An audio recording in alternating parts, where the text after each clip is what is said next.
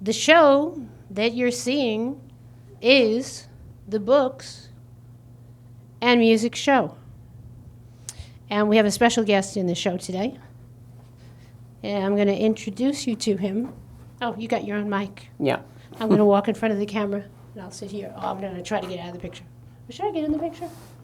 Yeah. Okay, I'll get in the Good for picture. you. I should have the chair over there. Okay, welcome to Books and Music Review. We have a good show planned today.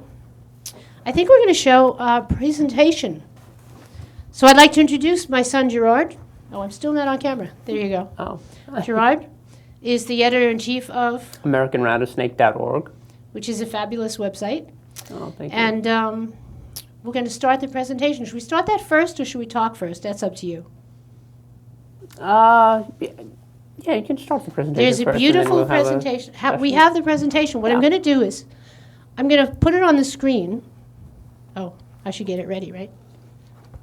Okay, give me a little bit of... that's going to go off. The presentation is going to be with you in one moment, right? You know what? I'm going to put the camera on the screen first, and then I'll start it. This way you'll get to see the whole presentation. We'll put our email address up so that you can see where we are. That's the Books and Music Review. That's our email address. And now we're going to put it on the screen, which is, I believe, ME1. That should have been the screen. Let's see if it works. Technical difficulties. Look at that. So now you know you're really with the show. Hold on a minute. That's a little bit better. Let's see if we can get the presentation on that. There you go. So it's not ME2, it's ME3. Somehow that was switched. Okay, so we'll put the presentation on here. And here we go. Start it up. Books and Music Review. I could move that a little bit and center it.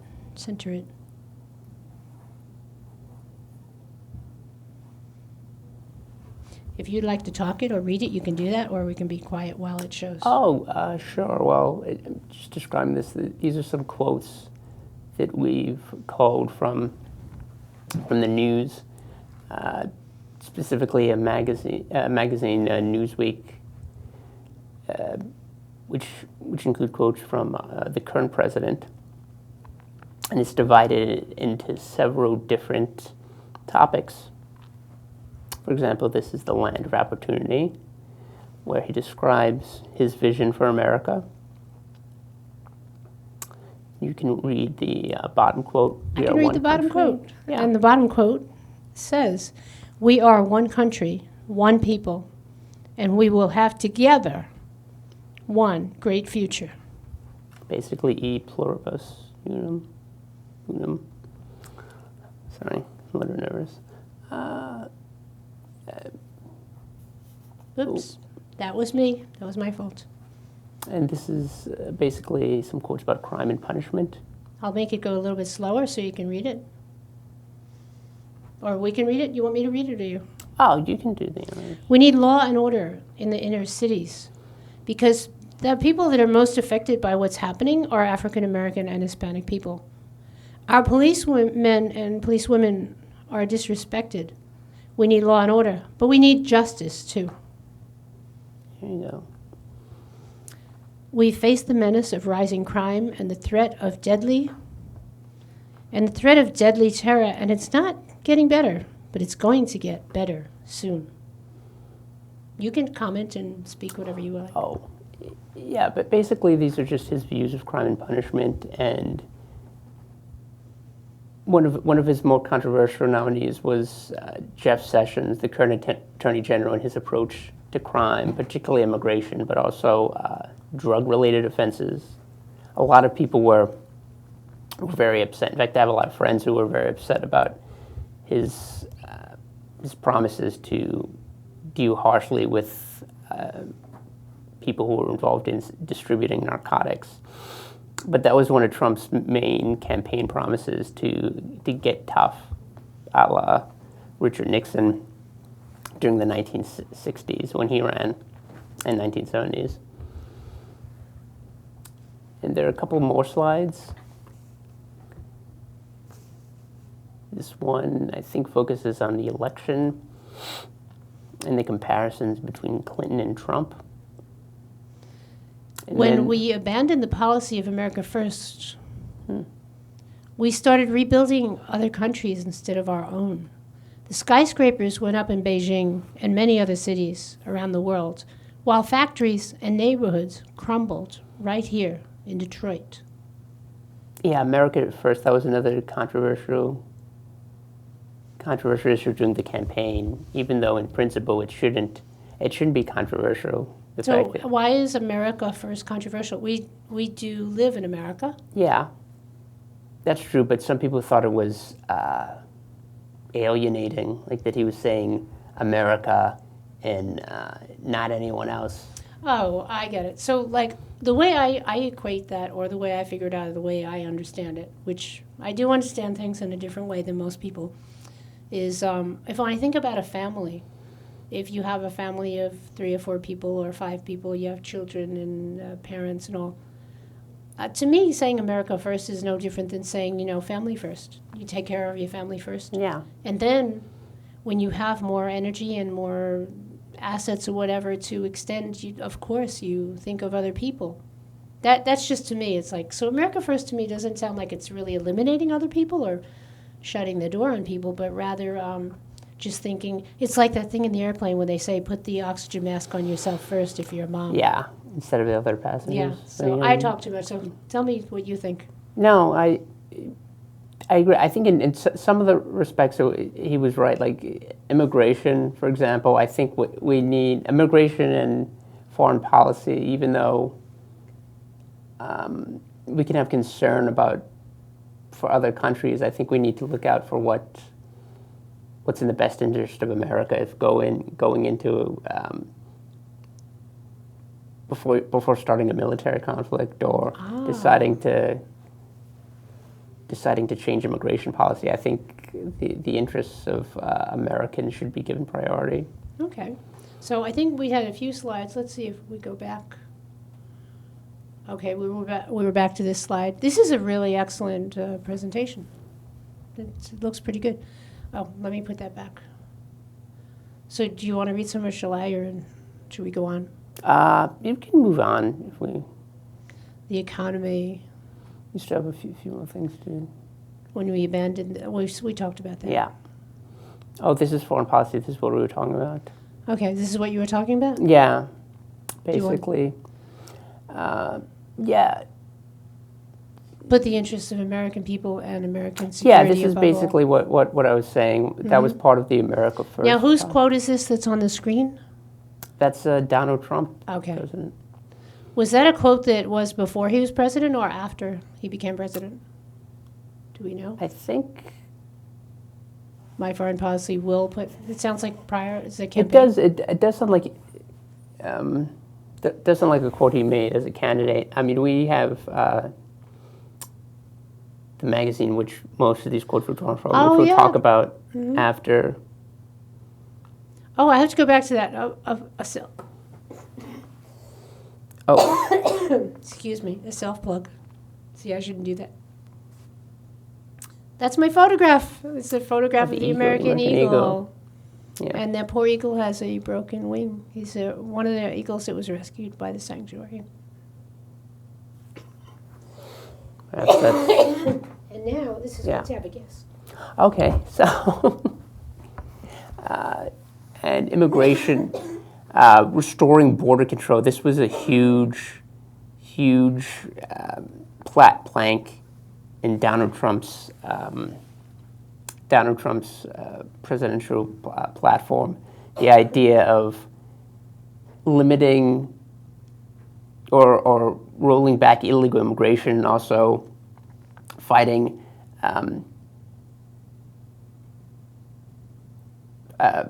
fighting enemies abroad who were particularly ISIS. The quote that you just saw is actually a recent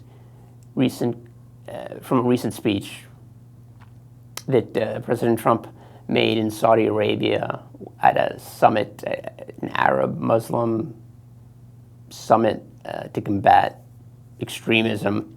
particularly ISIS. And that was one of the main themes of his campaign, just to fight specifically ISIS and Al-Qaeda rather than regime change, even though he's kind of evolved on that issue, particularly since he's been inaugurated. So what screen we're going to go back to where you were talking? Combating extremism. Oh yeah, these. Do you want to start here? MAGA. Yeah, well, yeah, that's basically a reiteration of what we were. You're talking about immigration? Reiteration of what we were talking about before. The idea of American priorities, putting them above anything. I'm trying not to walk in front of the camera. I'm so sorry. Okay, I left my microphone over there. Go ahead. But yeah, so we just talked about that. About This is a battle. Is that a quote from Donald Trump? these are all. No, this Well, one. those are my. That's my personal. This is your personal opinion. quote. Yeah. I'm going to try to keep it on the screen. Whether you like him or not, he built a grassroots Campaign. political movement with virtually no ground game and few established political consultants.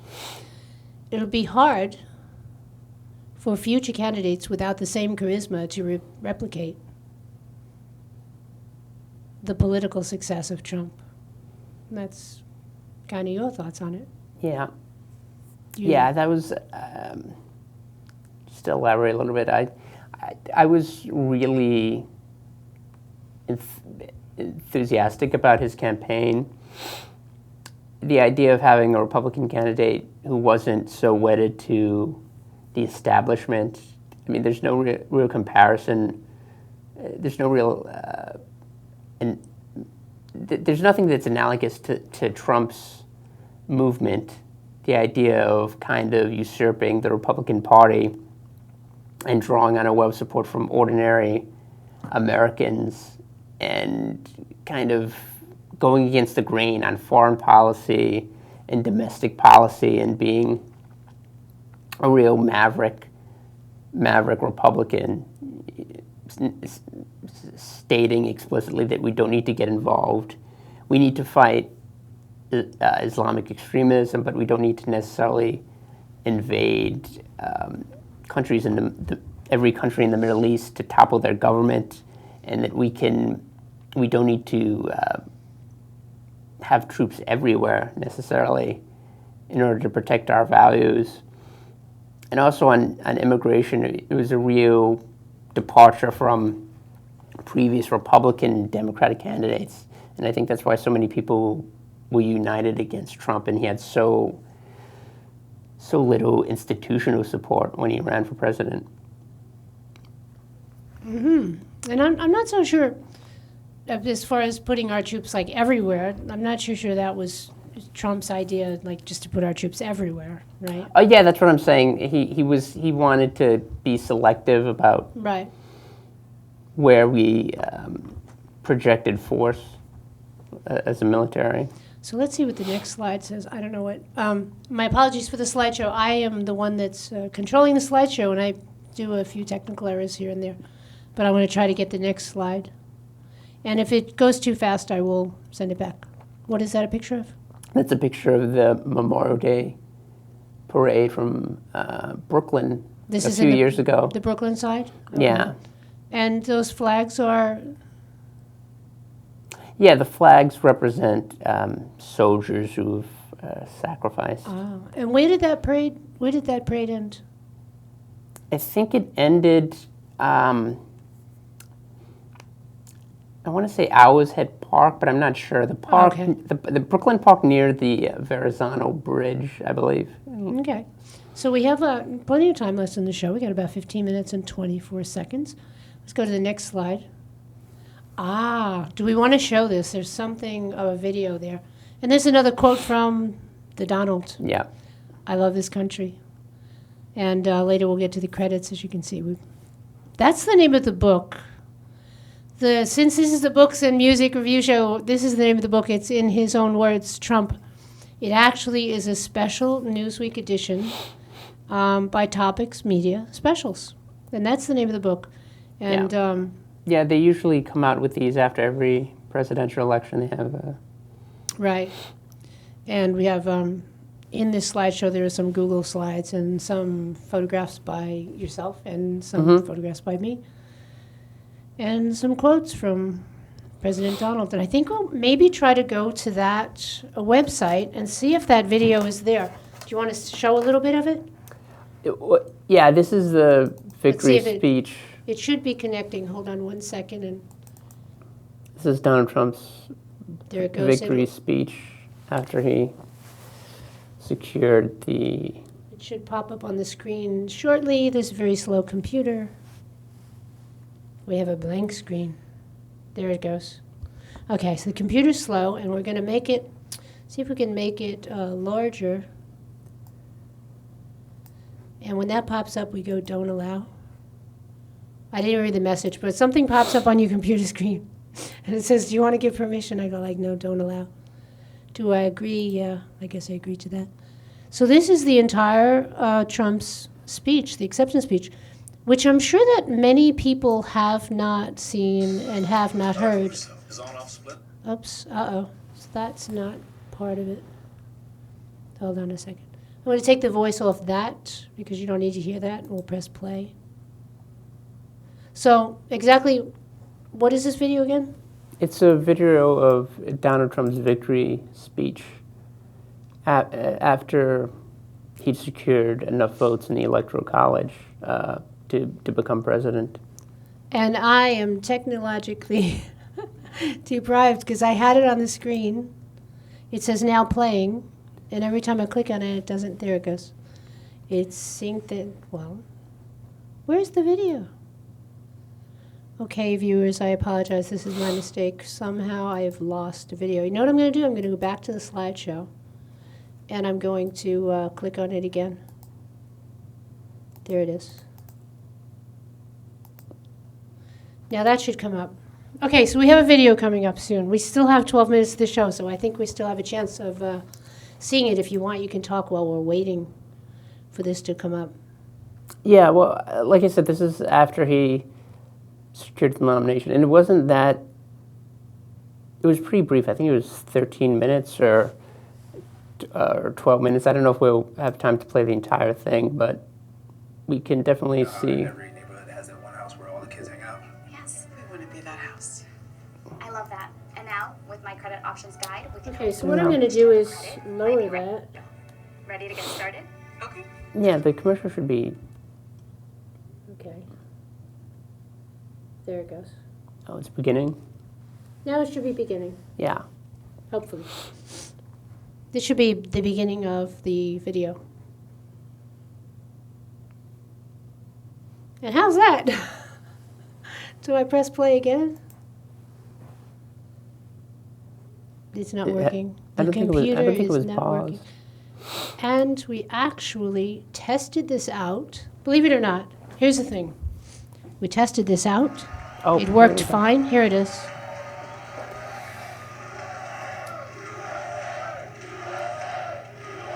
Thank you.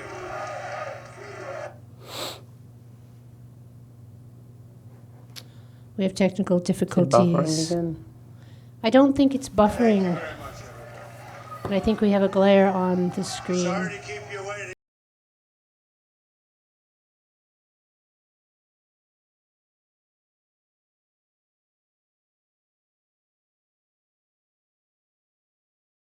Very boisterous crowd. I've just received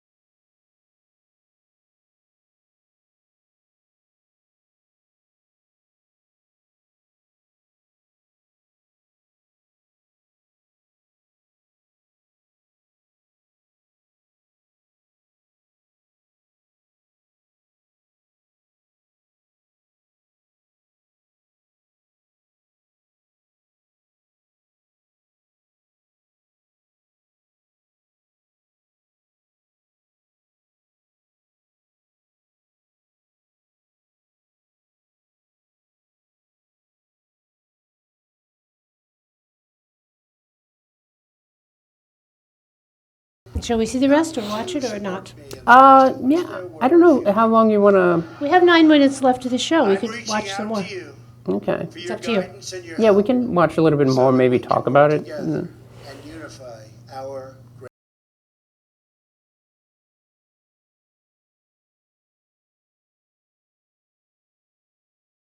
So it's buffering. This is what computer buffering is. It's a slow computer, and every so often it does that.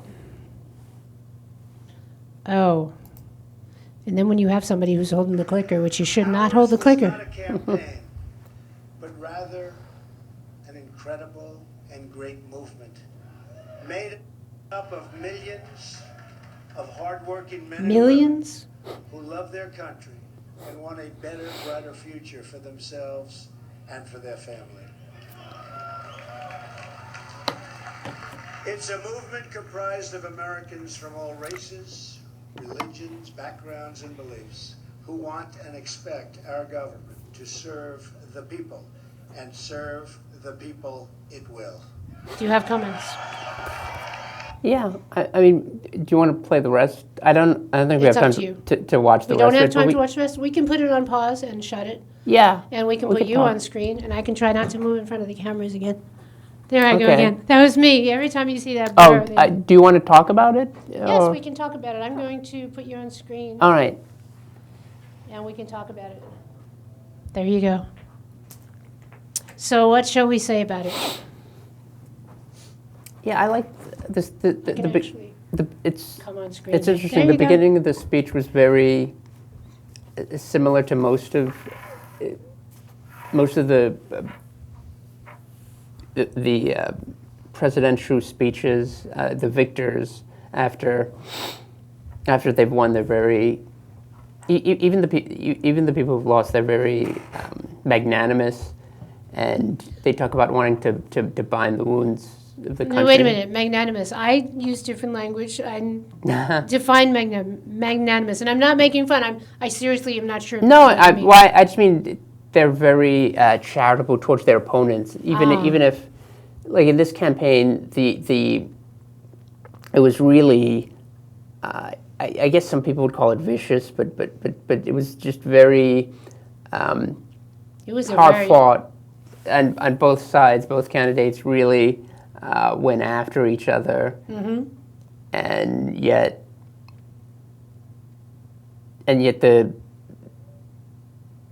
the speech was very conciliatory. I mean, I forget what I think Hillary Clinton gave. I don't know if she gave a speech the other. Well, she didn't give it that night or the Yeah, next the day. next Was it a day. couple of days later? Yeah, I think it was the next. It was either the next day or the day after. I know John Kerry gave a speech because that was another.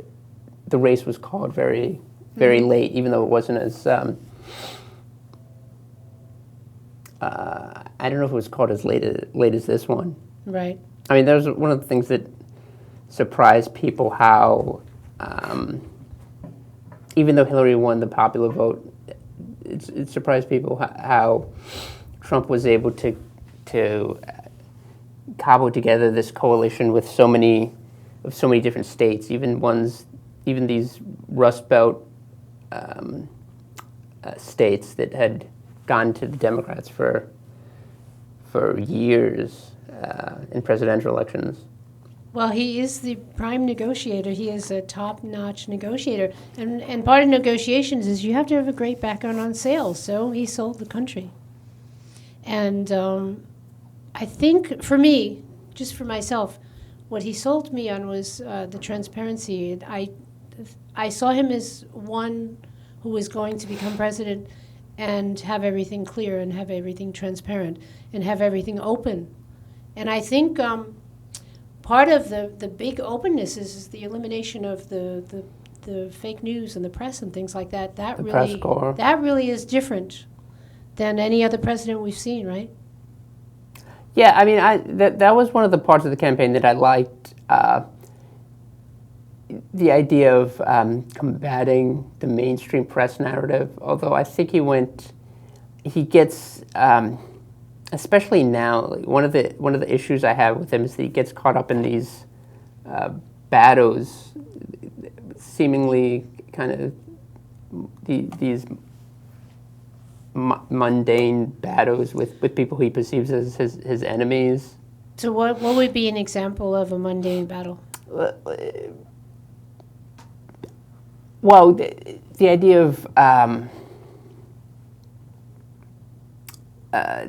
of responding to people who criticize you.